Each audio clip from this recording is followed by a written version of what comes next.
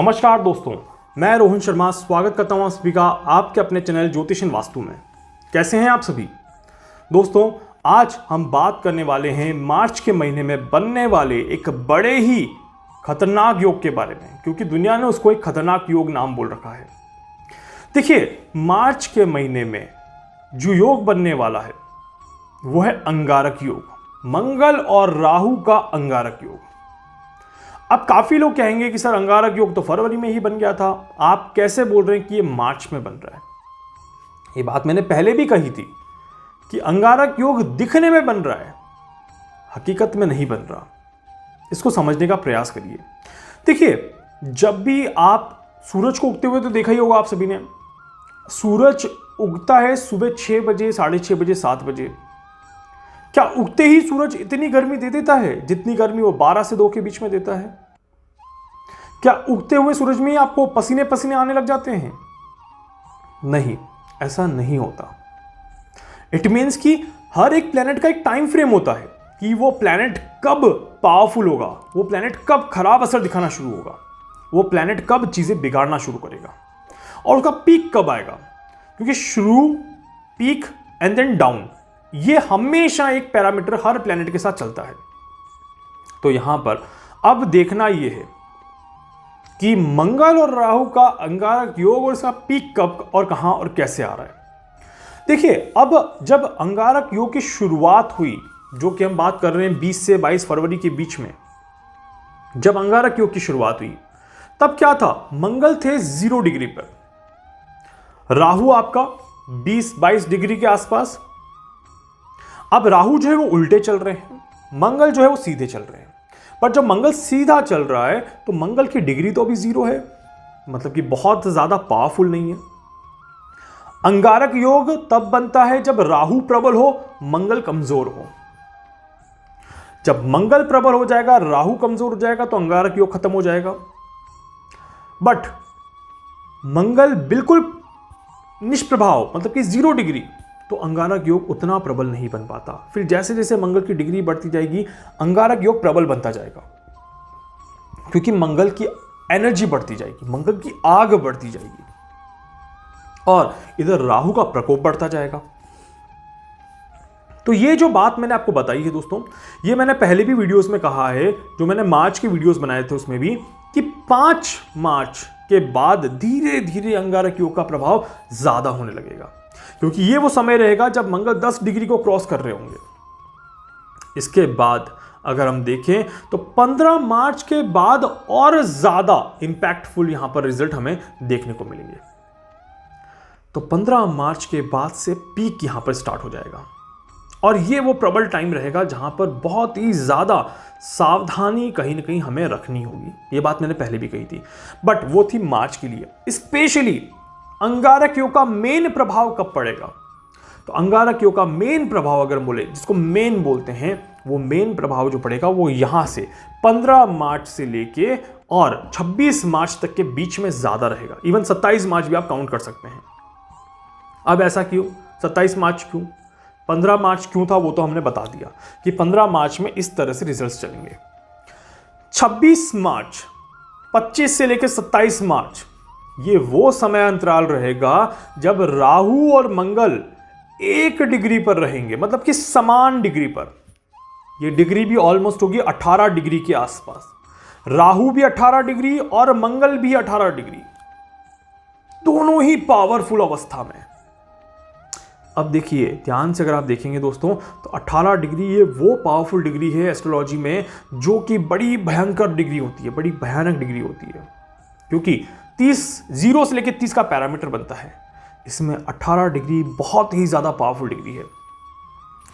मंगल अपने आप में प्रबल और राहु अपने आप में प्रबल, तो ये डिग्री कहीं ना कहीं कोई ना कोई बड़ा हादसा जरूर करेगी। जी हां, ये डिग्री इतनी शांति से क्रॉस हो जाए ऐसे चांसेस तो कम दिखाई देते हैं। तो 15 से लेकर 27 तारीख तक के बीच में आग लगने की घटनाएं, एक्सीडेंट होने की घटनाएं बढ़ जाएंगी। और उसमें भी अगर आप देखेंगे दोस्तों, तो 22 तारीख से लेकर 27 तारीख तक के बीच का जो समय रहेगा ये बहुत ही ज्यादा इंपॉर्टेंट रहने वाला है। इस बीच में भूकंप आना शुरू हो जाएंगे। कहीं ज्वालामुखी फटने की भी घटना हो सकती है, ये भी आप देखेंगे कि ज्वालामुखी फट गया, ऐसे भी आप सुनेंगे। आग लगने की घटनाएं बढ़ जाएगी, अचानक विस्फोट होने की घटनाएं बढ़ जाएगी। इसी दौरान मुझे दो चीजों के इंडिकेशन ज्यादा दिख रहे हैं। पहला इंडिकेशन, किसी बड़े राजनेता की तबीयत खराब होना या उनके साथ कुछ बुरा होना। उसको आप किसी भी टर्म में ले सकते हैं, बट उनके साथ कुछ बुरा होना। और दूसरा, कहीं ना कहीं टेररिस्ट अटैक होना बड़े लेवल पे, ऐसा भी चांसेस कहीं ना कहीं दिखाई देता है।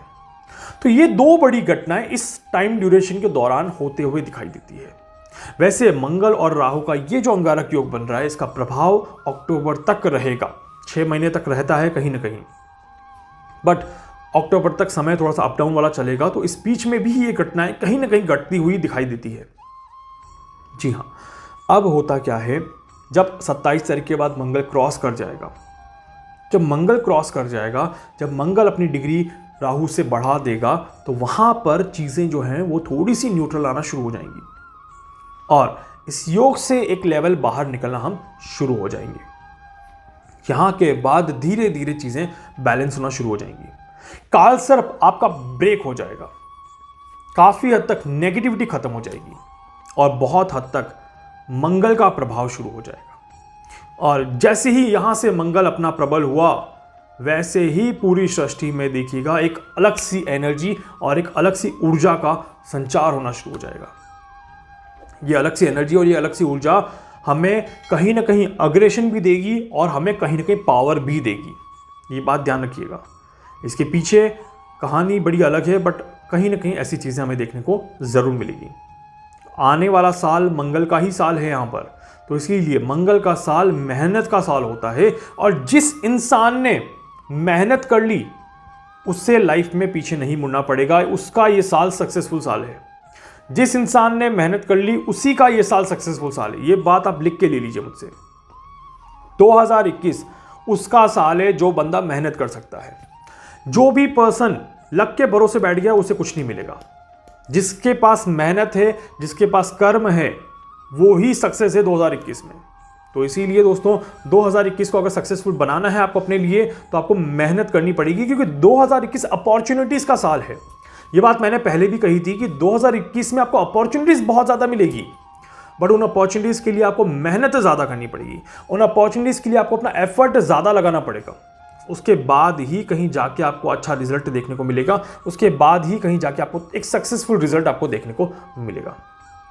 तो इसीलिए दोस्तों, अगर आप भी अपना 2021 का साल अच्छा बनाना चाहते हैं, तो ये वो समय अब शुरू हो रहा है। ये मंगल और राहु क्रॉस हुए और आपका समय शुरू हो गया। छोड़ दीजिए बाकी सारी चीजें, कोरोना एंड ऑल, भूल जाइए सबको। It's very important thing, focus on your self, focus on your own Karma.